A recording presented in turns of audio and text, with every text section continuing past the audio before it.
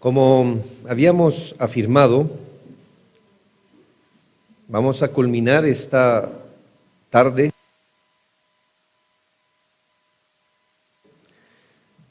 respondiendo la pregunta: ¿por qué los cultos formales son una forma especial de adoración? Es decir, ¿por qué los cultos son y están catalogados como una actividad aparte de todas? ¿Qué es lo especial? Es mi deseo, hermanos, poder mostrar al menos en principios generales. También es mi deseo trabajar en este tema más y poder desentrañar de la Escritura y mucho más para este tiempo, el valor de las reuniones de adoración. Pero bástenos aquí para hacer un planteamiento generalizado acerca de qué es lo especial, por qué los cultos de adoración son una forma especial de adoración. Y lo primero es porque Dios ha prometido su presencia especial cuando su pueblo se reúne formalmente en culto.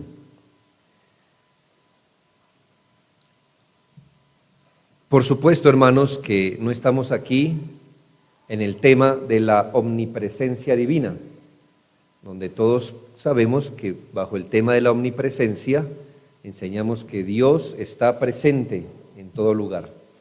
Para esto, los antiguos, y creo que hallé exactamente quién fue el que acuñó más esa frase, y es el doctor John Owen, hablándonos de la presencia especial de Dios en los cultos de adoración.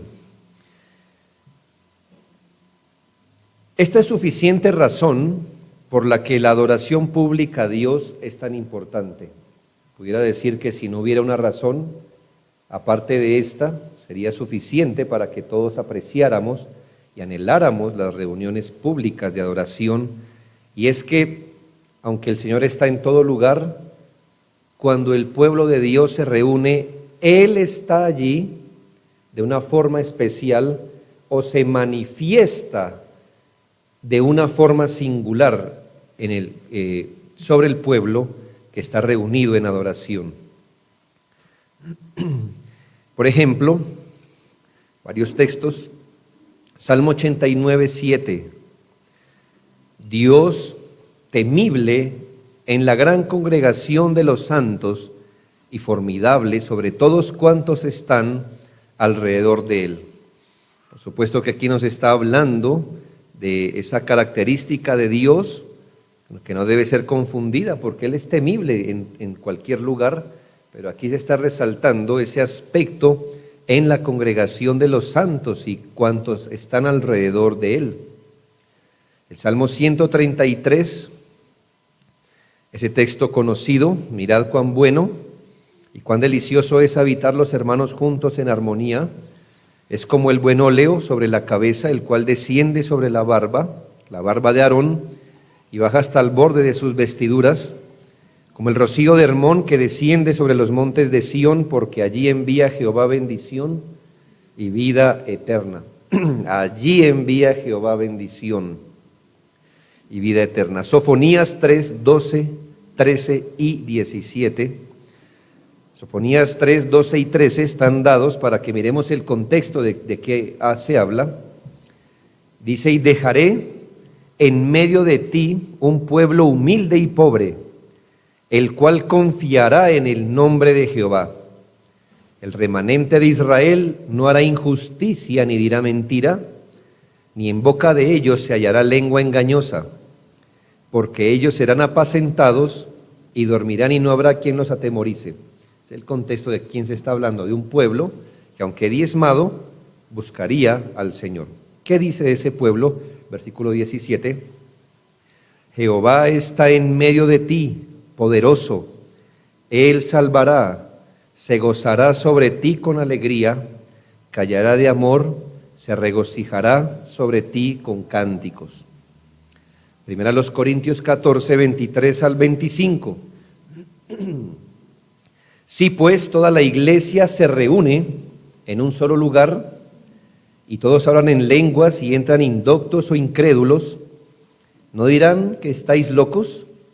Pero si todos profetizan y entra algún incrédulo o indocto, por todos es convencido, por todos es juzgado, lo oculto de su corazón se hace manifiesto, y así postrándose sobre el rostro adorará a Dios, declarando que verdaderamente Dios está entre vosotros.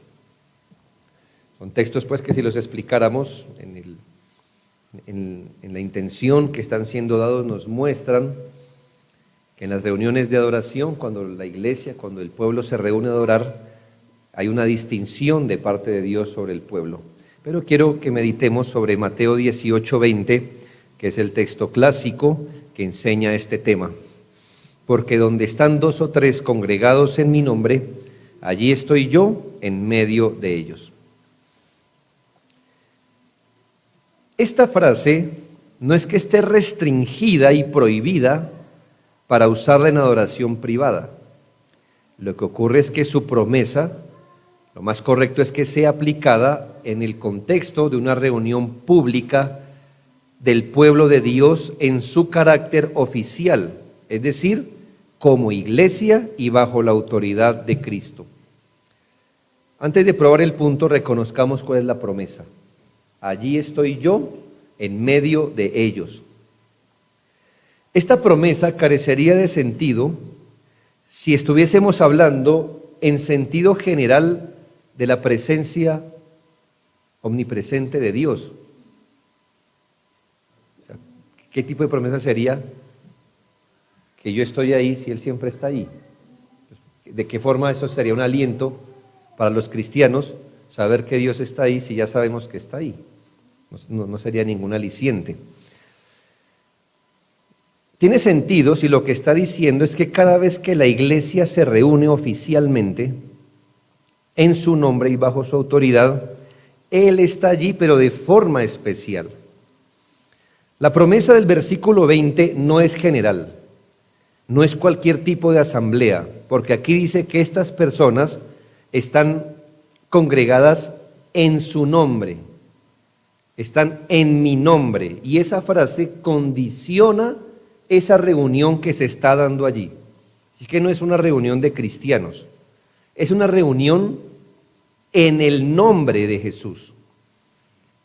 Por supuesto que esto va como conclusión de las admoniciones cristianas al pecado del hermano, Mateo 18, pero dice la palabra de Dios que donde 2 o 3 estén congregados, literalmente, parece que aquí el autor se inventa una palabra, y es la palabra sinagogados.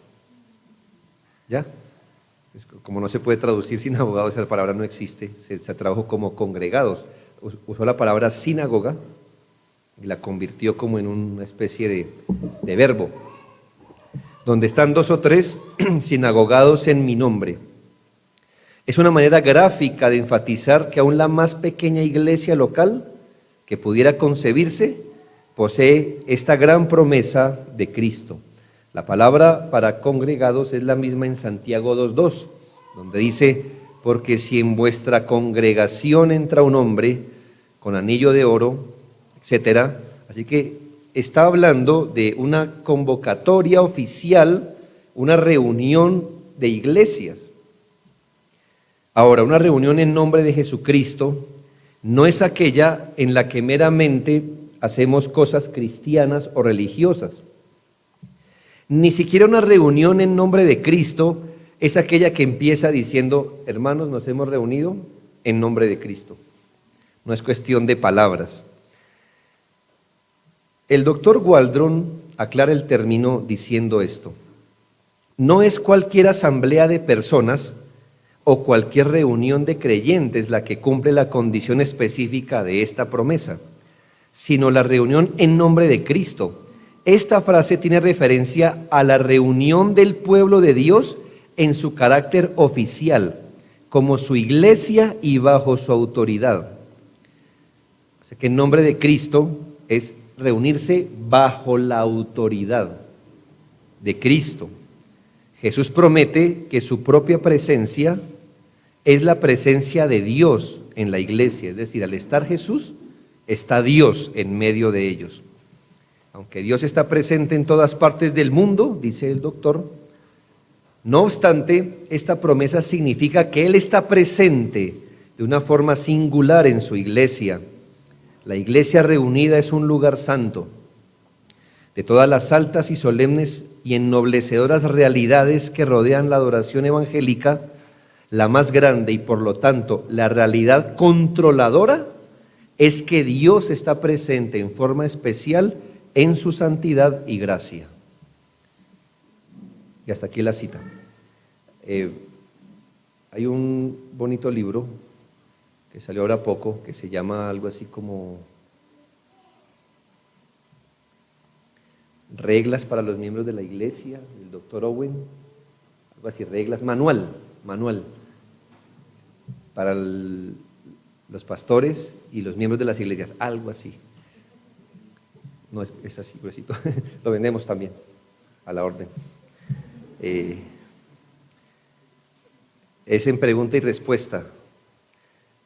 Y el doctor Owen se manda con unos capítulos, son bien pequeños, pero con la explicación exacta de lo que él entiende por la presencia especial de Dios. Más o menos él entiende que la presencia especial de Dios es cuando Él viene a su pueblo, dándole a su pueblo luz por su palabra, capacidades espirituales, la capacidad de que Él le adore, la capacidad de que ellos lo puedan admirar y al mismo tiempo que Él ponga su gracia sobre ellos, capacitándolos, consolándolos, exhortándolos. Es decir, es Dios capacitándolos para la adoración, pero Dios en respuesta de la adoración, consolándolos, animándolos, capacitándolos. Pero lo que quiero resaltar, hermanos, es que es evidente en la Biblia que Dios ha prometido su presencia de una forma singular en las reuniones de adoración. Segundo, estamos hablando, hermanos, por qué los cultos son especiales, qué es lo singular. Segundo, porque cuando el pueblo de Dios se reúne, expresa mejor lo que es y lo que Dios ha hecho en ellos. Cuando el pueblo de Dios se reúne en culto, expresa mejor lo que es y lo que Dios ha hecho en ellos. Esto es una realidad tan importante que es una razón fundamental para que todos los creyentes valoremos reunirnos en culto. Aunque la adoración privada tiene su lugar en la vida de fe, porque no podemos anular la adoración privada, como creyentes individuales no expresamos todo lo que representa ser objetos de la obra salvadora y santificadora en nosotros. Es decir, individualmente. Es importante, solitos no expresamos todo lo que Dios ha hecho por nosotros. Por ejemplo, tres cosas que representamos. Uno, cuando nos reunimos a la adoración pública, mostramos la realidad de la redención. Según Efesios 5:25, Cristo no solo amó a creyentes individuales, sino que Cristo amó y murió por la iglesia. Cuando nos reunimos como iglesia, le damos significado a esta realidad. Hacer iglesia, grupo, cuerpo. Cuando nos reunimos, estamos declarando que el Señor murió no por mí o por usted, sino por un pueblo, por los elegidos, no por creyentes dispersos, sino por creyentes que el Señor ha juntado. En Juan 10:16 dice: también tengo otras ovejas que no son de este redil, aquellas también debo traer y oirán mi voz y habrá un rebaño y un pastor. Una sola oveja no es un rebaño, un solo creyente no es la iglesia, ni siquiera dos. Al congregarnos entonces manifestamos lo que somos. ¿Qué somos? Un pueblo, una familia, un cuerpo por el que Cristo se entregó. Así que la realidad de la redención, que Cristo se dio por un pueblo, por una iglesia se hace visible cuando estamos reunidos en adoración. Lo segundo es que cuando nos reunimos a la adoración pública, afirmamos la petición de Cristo a favor de la iglesia, entendiendo que la petición de Cristo en Juan 17, 11 y 21 la hace a favor de la iglesia universal. No hay por qué no pueda aplicarse a la iglesia local, porque es la expresión visible de ella. Y ya no estoy en el mundo, mas estos están en el mundo, y yo voy a ti. Padre Santo, a los que me has dado, guárdalos en tu nombre para que sean uno, así como nosotros, para que todos sean uno, como tú, oh Padre, en mí, yo en ti, que ellos sean uno en nosotros, para que el mundo crea que tú me enviaste. Así que estamos afirmando que cuando nos reunimos a la adoración pública, afirmamos la petición de Cristo, la afirmamos públicamente. ¿Cuál es la petición de Cristo? Ser uno, no es ser creyentes solamente. El Señor no oró solo para que fuéramos creyentes, para que creyéramos, sino para que los creyentes fuéramos uno. ¿Cómo más lo manifestamos? Una reunión, no dispersos, no cada uno aparte, sino cuando nos reunimos manifestamos que somos uno. La Iglesia Universal está compuesta por millones de iglesias locales y ninguna iglesia local debería andar en contra del propósito de Cristo para su iglesia, lo cual es la unidad. Cada vez que nos reunimos, confirmamos que la petición de Cristo es una realidad viviente en su iglesia. No es como creyentes aislados que nos mostramos como la respuesta a la oración de Jesús. Alguno pudiera decir que la unidad que tiene con la iglesia es espiritual, no es física. A lo que responderíamos que es cierto, pero en parte. Porque mientras la iglesia siga teniendo una realidad visible, nos toca tener unidad del espíritu y visible también. Así que reunidos, cada vez que lo hacemos, estamos dando un testimonio a nosotros y a Dios, que la petición de Cristo sí fue respondida. Y lo tercero que expresamos, cuando nos reunimos a la adoración pública, es que evidenciamos la conexión espiritual mutua que tenemos.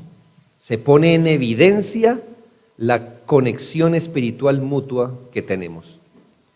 Es interesante lo que pasa en una iglesia y por eso la iglesia salió del marco de los aparejos judíos.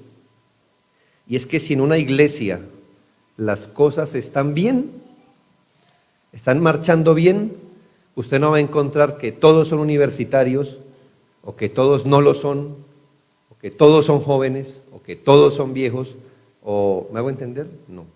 ¿Qué debería expresar una iglesia? La multiforme gracia del Señor.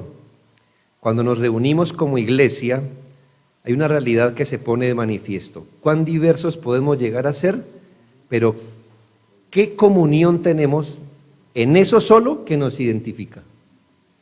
Hermanos, aquí somos de los equipos de fútbol mejores y de los de Millos, además. De los mejores y los otros.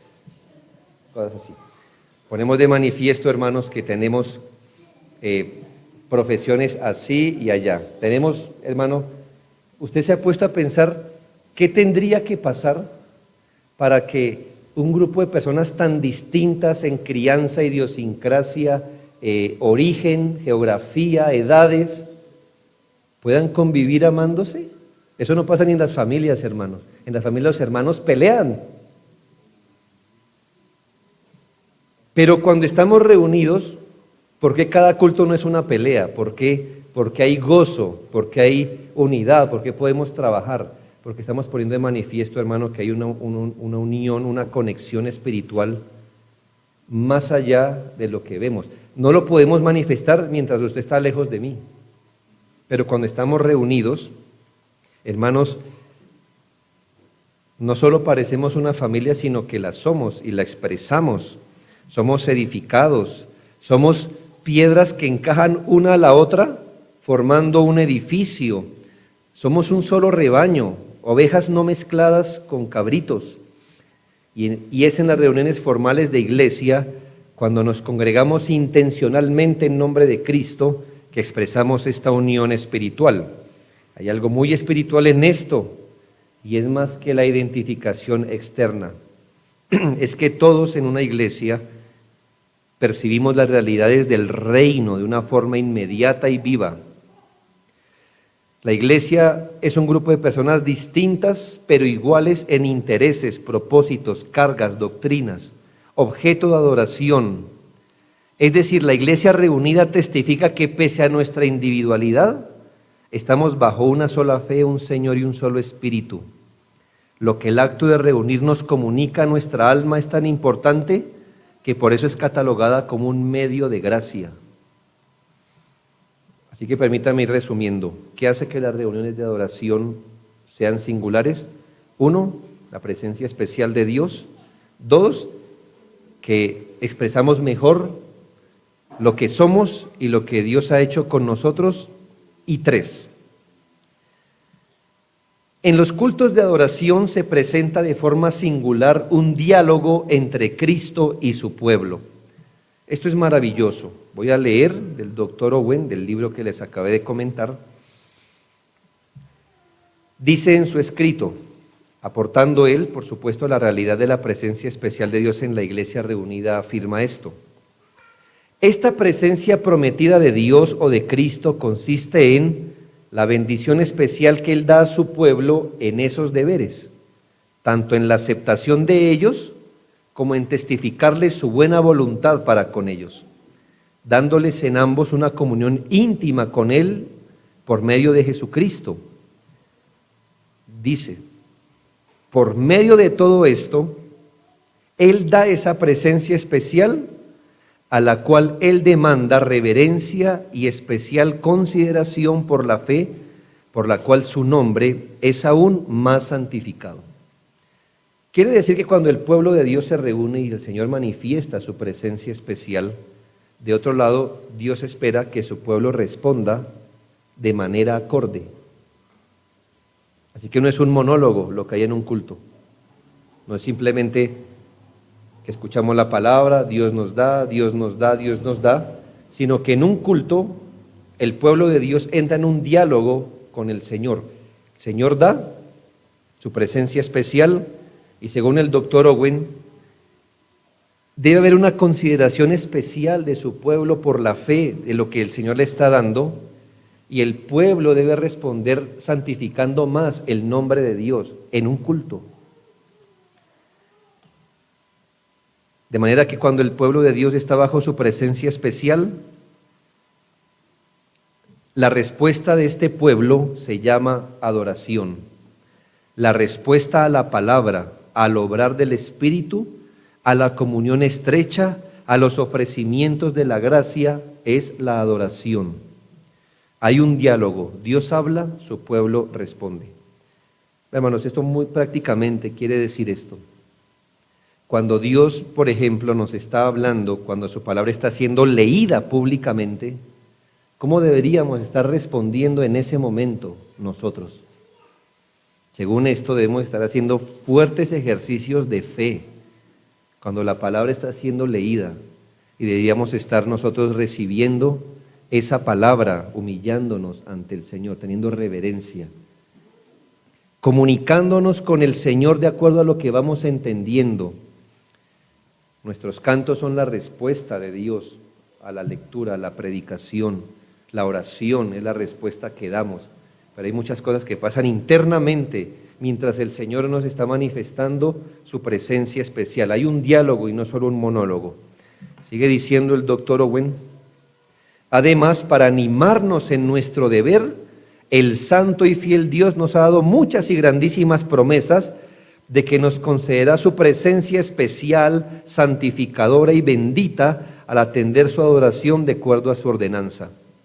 Porque así como prometió desde la antigüedad que haría glorioso el lugar del estrado de sus pies, o que moraría entre su pueblo, que los reuniría en su santuario, y allí habitaría en medio de ellos, los bendeciría y sería su Dios, asimismo el Señor Jesucristo ha prometido su presencia para los mismos fines y propósitos a todos los que se reúnen en su nombre para la observación de la adoración que en el Evangelio Él ha establecido.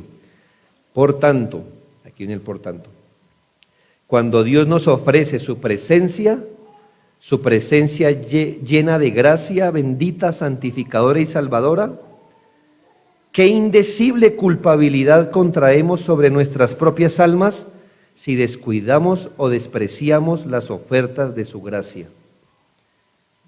¿Cuál es nuestra respuesta, hermanos, cuando la palabra de Dios está siendo predicada o anunciada, orada o cantada? El Señor está ofreciendo a nosotros gracia salvadora, gracia santificante, y su pueblo debería estar recibiendo todas las ofertas de su gracia. Él dice, qué indecible culpabilidad si despreciamos estas ofertas. ¿Usted había visto un culto así? Pues si no lo había visto así, es mejor que lo empiece a considerar así. El Señor nos llama para tener tratos personales con nosotros. En medio del culto Él manifiesta su presencia y nosotros respondemos. Esto es para decirnos, hermanos, que cuando Dios habla por su palabra, el pueblo responde en adoración y oración. Cuando Dios nos recuerda su sacrificio, el pueblo responde tomando la cena. Dios bendice, su pueblo ofrenda. Y así el culto es un escenario particular del diálogo de Cristo con su pueblo. Todo lo que hay en el culto, hermanos, todo lo que hacemos nosotros es la respuesta a lo que Dios dice. Él habla en su palabra, ¿qué hacemos? Oramos, nos recogemos, meditamos, ahí mismo en la silla, hermanos, hay un diálogo, ¿verdad? Leemos, cantamos en respuesta. Por eso es bueno que un culto sea coordinado, ¿me hago entender? Para que sea un diálogo más inteligible. Pero oramos para ser capacitados, y al ser capacitados, oramos y adoramos, y ahora pedimos capacidad para entender su palabra. Él nos la hace entender, y en la silla estamos nosotros, hermanos, dialogando con el Señor, estamos recibiendo, no estamos resistiendo sus tratos. Luego de predicar, generalmente, ¿qué hacemos? Oramos y seguimos en esa dinámica, hermanos. Dios habla, nosotros respondemos. Él nos invita a la cena, ¿y qué hacemos nosotros? Pues cenamos también, Él nos da, nosotros ofrendamos, y así tantas cosas. Bien, cuarto, que hace singular las reuniones de adoración, que se despliegan allí todos los medios de gracia. Escuche bien, se despliegan todos los medios de gracia. El culto público es el escenario donde vemos el despliegue de todos los medios de gracia. Sabemos que existen medios privados de gracia y medios públicos. Sin embargo, los medios privados de gracia los medios de gracia privados están incluidos dentro de los públicos y además los supera. ¿Qué quiere decir esto? A nivel privado, ¿cuáles son los medios de gracia que podemos utilizar? La oración, la lectura de la palabra. Ya, muy bien, muy bien, ¿sí ve? Los medios privados de gracia son incluidos en los públicos, porque ¿qué hay en los públicos? Oración y la meditación de la palabra, pero son superados, porque en la reunión pública no solo se lee y se medita la Biblia, sino que se expone, ¿verdad? Tenemos oración, también privadamente, pero aquí es públicamente. Tenemos las ofrendas al Señor, tenemos la mesa de la comunión y en ocasiones el bautismo. Y todo eso en un fuerte contexto de comunión con los demás creyentes. Entonces, mire cómo los medios de gracia son superados por los medios de gracia públicos y son aumentados. Por eso aquí entre paréntesis, hermanos, nosotros creemos que así como la mesa del Señor, la cena, es un acto litúrgico, el bautismo debe ser un acto litúrgico, no debe ser en paseo de olla, ¿ya? No vamos al Parque La Florida a tomar la cena del Señor en el contexto de un juego. Vamos a parar aquí el juego de fútbol, venga, tomamos la cena y sigamos jugando. No. Hace parte del culto, las ordenanzas. Entonces, en las ordenanzas están allí como un medio de gracia, y esto pasa en el culto. no solo se está beneficiando quien es bautizado. Yo creo que todos los que hemos asistido a un bautismo, aún yo que bautizo, todavía cuando estoy bautizando a los hermanos, yo recuerdo en las mismas palabras que le estoy induciendo al candidato, estoy renovando también para mi interior lo que yo estoy comprometido a hacer. Así que cuando yo le pregunto al hombre o a la mujer, ¿cree usted en el Hijo de Dios? Como que escucho que esa palabra me rebota y me dice, ¿y usted cree en el Hijo de Dios? Y yo digo, sí, creo en el Hijo de Dios también, como Él. ¿Cree que Jesucristo murió por sus pecados? Y la voz me dice, ¿y crees tú? Sí, sigo creyendo esto. Yo mismo estoy en el medio de gracia. No somos sacerdotes que estamos por encima de la cena del Señor ni del bautismo. Así que le aprovecha al que se bautiza, a mí y a la iglesia presente. Mientras que a nivel privado, voy a usar esta metáfora, mientras que a nivel privado la mesa siempre está servida, a nivel de iglesia el banquete suculento siempre está servido. Dios nunca nos deja sin la ración en nuestras casas. Pero en la iglesia no está la mesa servida. Está un suculento banquete preparado para nosotros. A nivel privado tenemos ración adecuada. En la iglesia esta provisión es abundante. Por eso se ha llegado a concluir que la adoración pública riega y enmarca la adoración privada. Quinto, se capacita a los miembros para sus demás funciones de manera coordinada y armónica. En los cultos se capacita a los miembros para sus demás funciones de manera coordinada y armónica. El cristianismo no es el culto es la parte especial, pero además de eso hay más cristianismo. Pero ¿dónde se nos capacita para las demás funciones y para que las realicemos de forma coordinada y armónica? En las reuniones públicas de adoración. Estas cooperan de forma directa para la edificación, crecimiento y coordinación de la iglesia. Nada puede ser más dispar que no tener un grupo de creyentes que crecen armónicamente. Imagine que todo se limita a la instrucción privada de los miembros. Un hermano aprende una cosa, otro aprende otra cosa, uno es tratado por Dios en un asunto, el otro en otro distinto, uno tiene dones que no puede usar, sino en un contexto limitado. Y esto es completamente en contravía de lo que es una iglesia, según Efesios 4, 11 al 16.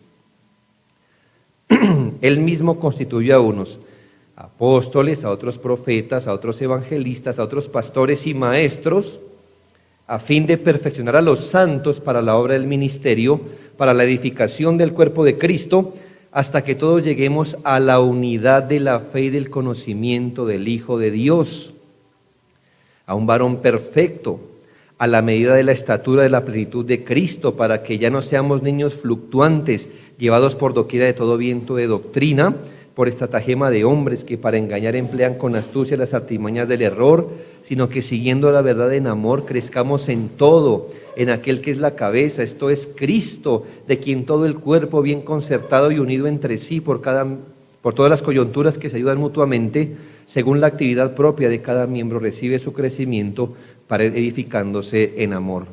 Hermanos, las reuniones de la iglesia proveen la unidad de la iglesia. Cuando la palabra es predicada a la iglesia, ¿qué estamos haciendo, hermanos? Unificando criterios.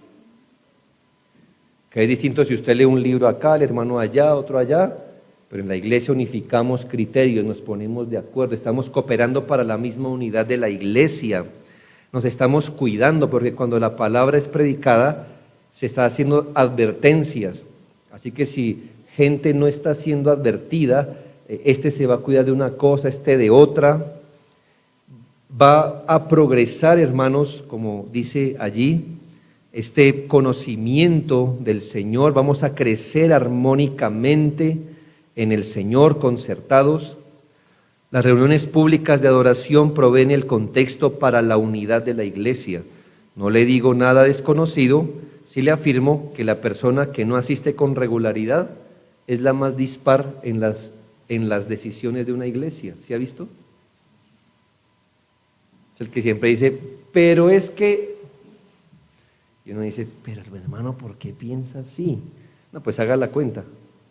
El hermano no ha asistido, por decirlo así, a todas las clases, instrucciones, tratos de Dios. Por ahí se aparece de vez en cuando, pues el hombre está en otro... Mientras Dios siguió avanzando con su iglesia, este se quedó atrás, y luego todos nos sentamos a discutir sobre un punto. No hay unidad, no hay el mismo pensamiento, no hay edificación. Pero unidad armónica y coordinada para el crecimiento adecuado y servicio mutuo. Así que cuando los cultos de adoración capacitan a los miembros para sus demás funciones. Y sexto, en las reuniones de adoración se presenta el mayor testimonio visible de la naturaleza de la iglesia y su función. Hablo de un testimonio visible de la naturaleza de la iglesia y su función. En Hechos 5, 12 al 14, Hechos 5, 12 al 14, dice, y estaban todos unánimes en el pórtico de Salomón. De los demás, de los que no estaban unánimes, de los demás, ninguno se atrevía a juntarse con ellos, mas el pueblo los alababa grandemente, y los que creían en el Señor aumentaba más, gran número así de hombres como de mujeres. Es interesante este testimonio porque nos enfrenta a varias realidades. Dice que este pueblo era unánime, estaban unánimes, y se les puede ubicar dónde estaban unánimes. O sea, no es de que no, estábamos unánimes en espíritu, pero ya sabe, ¿no?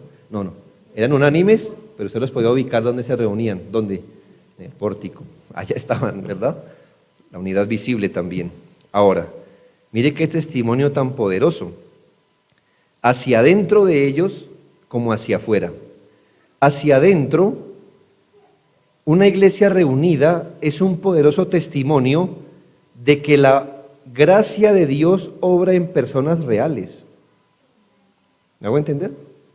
Cuando nos vemos como creyentes, usted dice, no, pues es que el Señor rescata gente de verdad. Mire, los podemos ver, están unánimes en la misma fe. Pero es un testimonio del progreso de la obra que una vez empezó en nosotros. La iglesia reunida, hermanos, es un poderoso testimonio y aliciente entre nosotros mismos. ¿Cuántos de nosotros nos hemos vuelto a ver una vez más cada día del Señor y decir cómo el Señor le ha dado crecimiento a este hermano? La obra de Dios es real en él. Es decir, eso que Dios salva es verdad, eso que Dios santifica es verdad. Los hermanos me proveen un testimonio de que lo que estamos predicando no son meras palabras, ¿verdad? Pero hacia afuera es un testimonio, un pueblo reunido, es un testimonio de un pueblo apartado, consagrado, distinto, que puede llegar a producir dos cosas según el texto. Prevención. ¿Usted cómo cree que nos miran los vecinos cuando una iglesia es apartada, es pura? Dirán, ¿esta gente qué? ¿Verdad? Y causa prevención. Dice, ninguno se atrevía a juntarse con ellos. Pero hermanos, también dice que se ganaron la alabanza del pueblo. No se unían, pero reconocían que eran un pueblo especial. Un pueblo que guarda las ordenanzas de Cristo pone en evidencia la maldad del mundo, ¿no? Un pueblo que guarda un día pone de manifiesto la profanación de un mundo. Un pueblo que adora al invisible pone de manifiesta la idolatría del mundo. Un pueblo que no anda con los intereses del mundo pone en evidencia el materialismo del mundo. Estamos comunicando muchas cosas cuando nos reunimos como iglesia. Un pueblo que sirve a la comunidad, que guarda su testimonio, que es honorable y confiable, gana el respeto de muchos y confiere reputación al nombre de Dios en medio de un mundo que está prevenido con el cristianismo. Cristianos individuales podemos dar testimonio individual, pero el testimonio más poderoso lo da una iglesia reunida. ¿Qué piensa, hermano, que es el testimonio de, por ejemplo, cuando un 1 de enero, que cae domingo, hay un grupo de personas que se va y empieza a llenar una iglesia mientras todos están en otro plano? ¿Qué piensa que la gente asume? La gente está en otras cosas, está en otros intereses, ¿verdad? ¿Qué hace que mientras la gente hoy esté temerosa, gente siga yendo a la iglesia y dirán, la gente es que no le teme a qué o qué? ¿Me hago entender? La iglesia es un poderoso testimonio de que esta gente, hoy es día de no sé qué cositas, pero ellos siguen haciendo lo mismo, ¿ya? Mire, esta gente es modesta, ¿qué digo yo? ¿Qué tantas cosas podemos testificar estando juntos? Un pueblo que es sacrificial, que lleva su cruz, que sigue haciendo misiones y más. En breve, hermanos, esto es lo que hace especial los cultos de adoración. Y permíteme aplicar esto para terminar. Mi primera aplicación es, y todo esto es lo que se pierde cuando no hacemos culto. Hermanos, todo esto es lo que no hay cuando no hay un culto al Señor. Y esto es lo que perdemos cuando inventamos sustitutos a los cultos de adoración. Hermanos, aunque tengamos buenas causas y estas sean legítimas, es todo esto lo que perdemos en las transmisiones y en los famosos y mal llamados cultos online. Como se da cuenta, esa no es una denominación exacta. Un culto donde la gente no se reúne no existe. Eso no existe. Eso es como una manada de uno. ¿Sí? ¿Le suena? Uy, me encontré con una manada de uno. De uno. ¿Sí? Uy, es que yo tengo un rebaño de una oveja. ¿Sí? Mano, o es culto o es transmisión. ¿Ya? Todo esto lo perdemos. Y por eso cuando nos encierran, hermanos, los creyentes podemos optar por dos cosas. Por inventarnos una denominación especial que no existe, culto online, o deberíamos, hermano, cargar la tristeza del rey David y clamar como el siervo para que el Señor nos vuelva a dar la oportunidad de reunirnos. ¿Ya? Vuelvo y le digo, así sea legítimo como nos encerramos. Pero hermanos, no podemos decir, bueno, es lo mismo, nunca es lo mismo, nunca es lo mismo. Ni siquiera un culto online es una aproximación a lo que es un culto. Tenemos transmisiones y como le digo, puede ser que en providencias particulares, como las que nos ha tocado vivir, a veces tengamos que optar por eso. Puede ser que en otros lugares, como pasa en los lugares donde neva, tenemos amigos en otros lugares donde, de acuerdo a la estación, este domingo no hay culto. ¿Por qué? Hay 10 centímetros de nieve, ¿eso quién lo quita? No hay transporte, no hay manera, hermanos, no hay culto. ¿Ya? Puede haber providencias. Mañana tiembla, se derrumban nuestras casas, no hay culto, hermanos. Si se pudiera hacer deberíamos, pero si no se puede. Pero hermanos, toda transmisión es adoración privada, toda. Y haríamos bien para nuestras iglesias no llamarle culto a lo que no es. Porque cuando definimos esa palabra, le estamos comunicando a la gente que es igual reunirse donde todas estas 6 asuntos se convergen, que está detrás de una pantalla. Y jamás, jamás, jamás, ni siquiera se va a aproximar. Existen la adoración privada, las transmisiones, y existen cultos propiamente dichos, que son asambleas formales, específicas y regulares de adoración en nombre de Cristo, donde su presencia especial está.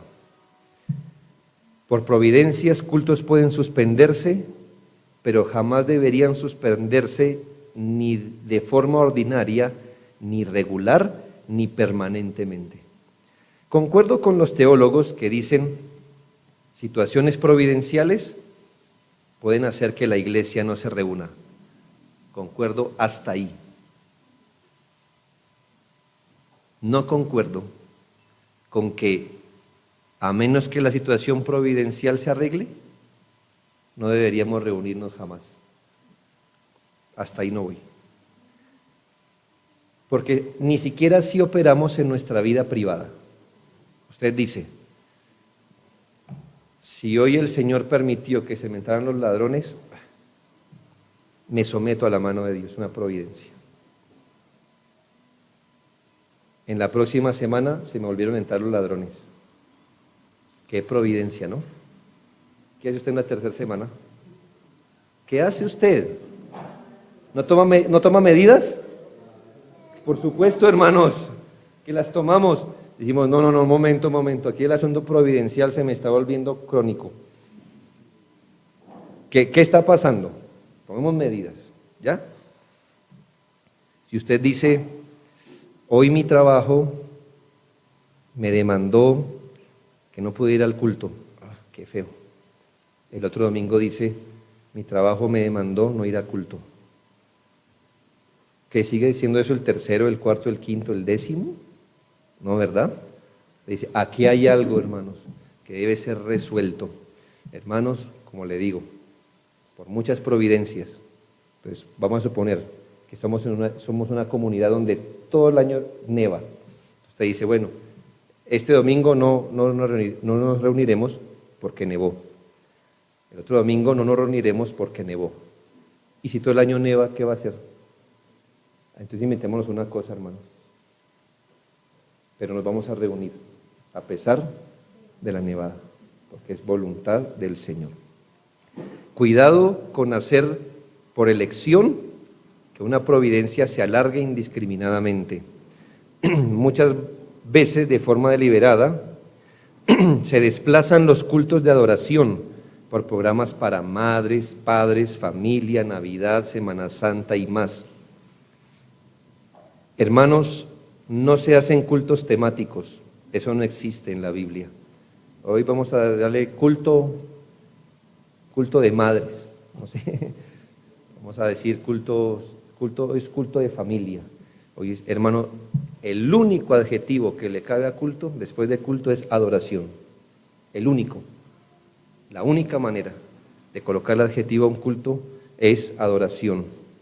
Hermanos, las iglesias debemos reunir a nuestros miembros y no parte de ellos.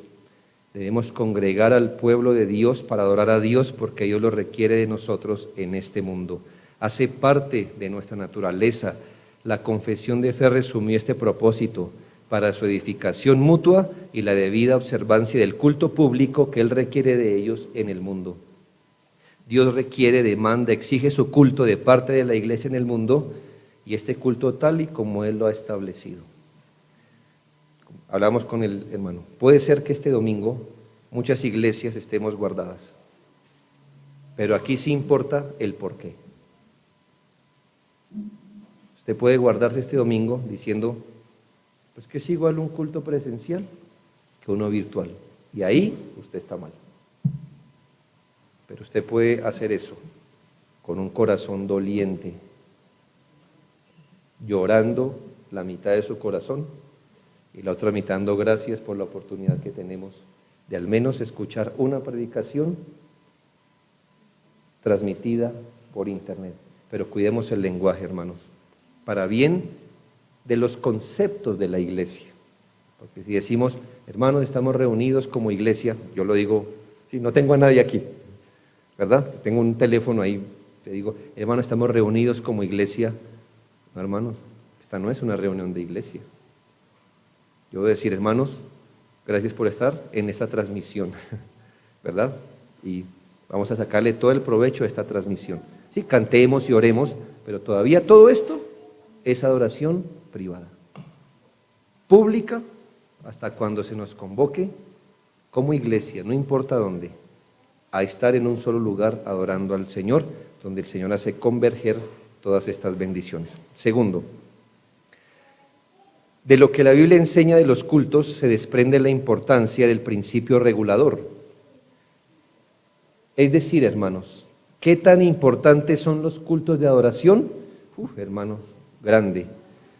Entonces, ¿qué tan importante será entender cómo Dios regula su culto?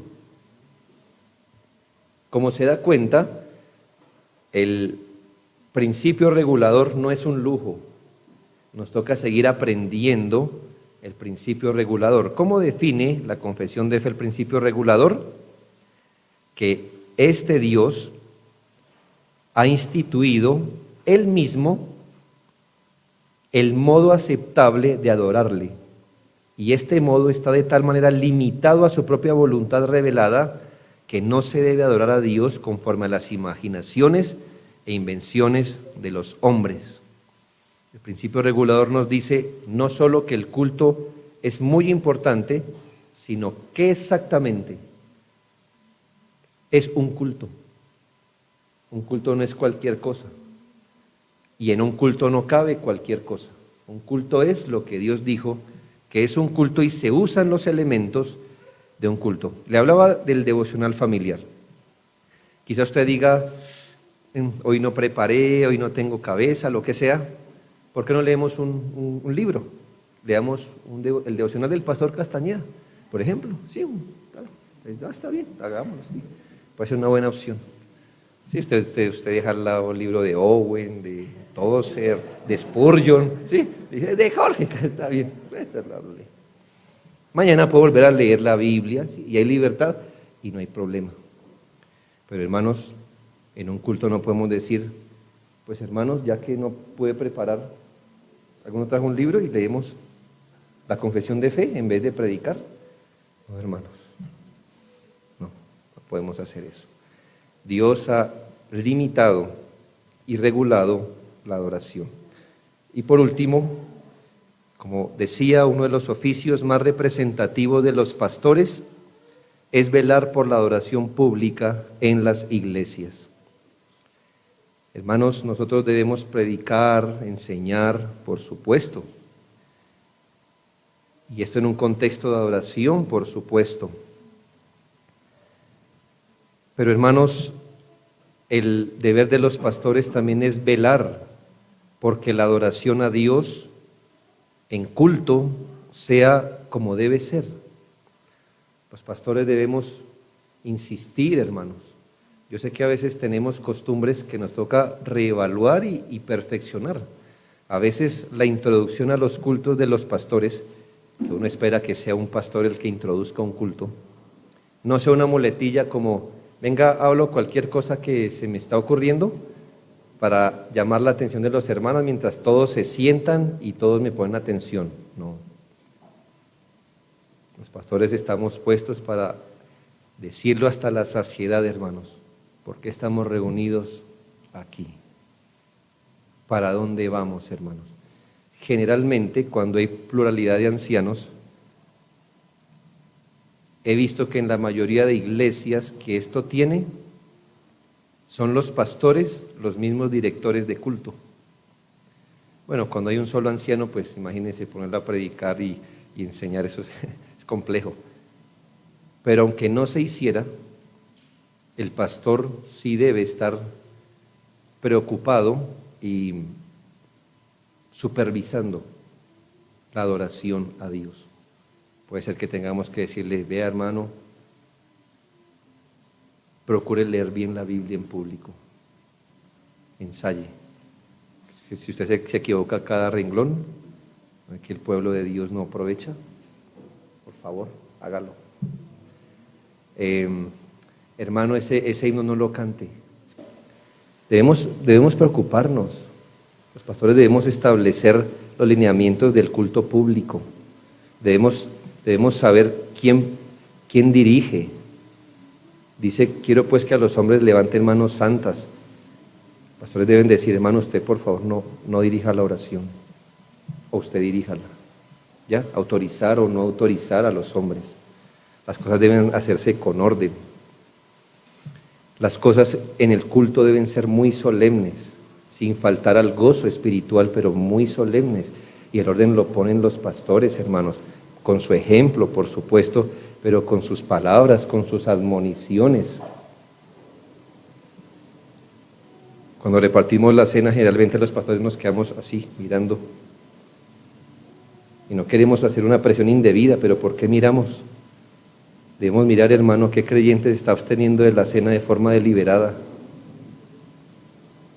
Los pastores debemos estar conscientes de quién se duerme en el sermón o quién no, quién canta o no canta. ¿Me hago entender? Somos responsables, no responsables en última instancia de los hermanos, pero responsables de lo que pasa en la adoración. Hermanos, yo en la iglesia insisto, que todos tengan elementos de la adoración, aún los niños. Y en esa pelea me voy a morir de viejo, hermano, pero me muero en eso. Todos, viene aquí, no viene a dormir, y se duerme, me tiene ahí. Si eso no nos hace los más populares, ¿verdad? Pero hermano, ya he visto que se duerme, ¿qué pasa? Su salud, ¿qué pasa? Tome medidas, haga algo. No puede usted venir a la adoración así. He instruido a los sugieres para que hagan una labor. ¿Ya? Tantas cosas que debemos hacer los pastores, porque hermanos, en una presentación, una persona canta para muchas. En un culto, todas cantamos para una. Y es mejor que el coro esté, hermano, bien armónico. Le digo a los hermanos, vamos a aprender un himno, apréndanselo. Yo no le estoy diciendo por molestar, es que me gusta cómo los hermanos cantan. Realmente no me gusta cómo mis hermanos cantan. En mi iglesia, digo. Sí, no me gusta. Tienen mala voz. Pero no les paso el himno para que canten bien. Paso el himno para que cantemos todos. ¿Ya? Porque cuando cantamos no vienen a escuchar la voz del predicador o el director. Venimos a cantar todos. Por eso me duele que pase un himno para aprender y hay hermanos que no los ensayen. Digo, hermanos, ¿qué está pasando? ¿Qué está pasando con la adoración a Dios? ¿Dónde está la reverencia? ¿Dónde está el temor de Dios? En nuestra iglesia no sacamos los niños de la adoración. Hermanos, sería muy fácil para nosotros, ¿verdad? Pero fácil. Colocar a todos los niños lejos de nosotros para que no estorben. Pero ellos al menos son criaturas de Dios. Así que se quedan acá y los papás tienen autoridad sobre ellos, por favor, en el culto. Porque si no aprenden a temer a Dios en el contexto de un culto, que es la máxima muestra de adoración, hermanos, no van a temer a Dios en ningún lugar bajo la tierra. Si en la parte más alta de la tierra no temen a Dios, que es un culto, nunca lo van a temer, hermanos. Y los pastores somos responsables, no para pelear con los hermanos, no para controvertir con ellos, pero hermanos, para que el pueblo se prepare para la adoración. Todo hemos trabajado para un domingo, no es una presentación, pero hermanos, todo esto te encargo para que sepas cómo debes conducirte en la casa de Dios. Los cultos son solemnes, hermanos. El cristianismo es más que sus cultos, repito. Pero los cultos hacen parte de lo más especial que tenemos como cristianos. Y no podemos fallar en los cultos. Por eso, hermanos, este domingo tendremos que pasarnos varias cositas, ¿verdad? Con agua. Teniendo el gozo del Señor, porque que el culto se quite no significa que Dios se haya quitado. Él está ahí, gloria a Dios. Y nos ha dado medios, hermanos. En la antigüedad esto no existía y cuando el pueblo de Dios no podía reunirse, no tenían nada de esto. Pero hoy, hermanos, tenemos esto, gloria a Dios, pero aún sabemos que esto no es adoración. Ni siquiera si nos reuniéramos en casas, ¿ya? No es adoración. Hasta que el pueblo sea convocado a adoración pública. ¿Se ha puesto a pensar, hermanos, si esto nunca pasa? ¿Si el COVID vino para quedarse? ¿Qué vamos a hacer con los cultos, hermanos? Hablo por las iglesias que todavía no abren. Mi pregunta es, ¿qué vamos a hacer con la adoración a Dios? ¿La vamos a acabar? ¿Vamos a cerrar las iglesias? ¿Vamos a institucionalizar un fenómeno que no existe en la Biblia, en la mente de Dios? ¿Un culto? ¿Vamos a despersonalizar la iglesia? Es decir, hermanos, vamos a llegar al punto de venga, siéntese y váyase, sin el contexto eclesial, sin que el pastor tenga contacto con los hermanos, sin que el hermano tenga contacto con los hermanos. ¿Hasta dónde vamos a llevar esto, hermanos? Si esto no pasa, ya ha nevado por un año, ya es hora de tomar medidas a favor de la iglesia. Ninguno de ustedes será inmortal hasta el COVID. Antes del COVID pudieron haber muerto de cualquier forma.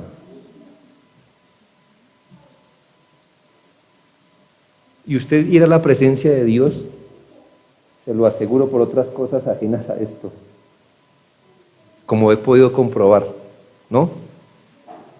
Como he podido comprobar, que haya dado o no, mire, aquí está, pero seguramente mañana cualquier otra cosa le pasa. Entonces, hermanos, es mejor que establezcamos y volvamos al culto. Hermanos, si toda la iglesia, si un remanente, aunque sea de la iglesia de Cristo, dijera, aceptamos estas providencias, pero concédenos estar en tu presencia, ¿no se movería el Señor por el bien de su pueblo? Es que el culto es su idea, pero si todas las iglesias estamos diciendo, pues es igual, ¿cuál es el problema? Y no nos arriesgamos, tranquilos. ¿Me hago entender? Podemos hacer lo mismo este domingo, pero no con la misma mentalidad. Y Dios, y para Dios sí es importante lo que la iglesia piensa, cuando se reúne o no se reúne. Todo esto, hermanos, nos enseña esta confesión de fe y sobre todo la Biblia. Y espero, hermanos, como le digo, que estas palabras, yo no estoy por encima de ellas, ni nuestra iglesia está por encima de ellas. Nosotros estamos bajo estas. No somos lo que queremos ser. Estamos lejos, hermanos, de ser lo que queremos ser.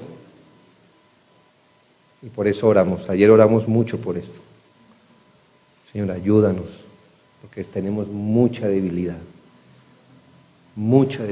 como iglesia. Ayúdanos, Señor. Porque ni siquiera cuando abríamos con libertad, estábamos más cerca. No. Tiene el Señor que seguir trabajando. Así que, hermanos, tomen esto como de ustedes, pero yo también me lo estoy diciendo, hermanos, a mí mismo y recordándome para qué Dios me puso. Oremos, hermanos.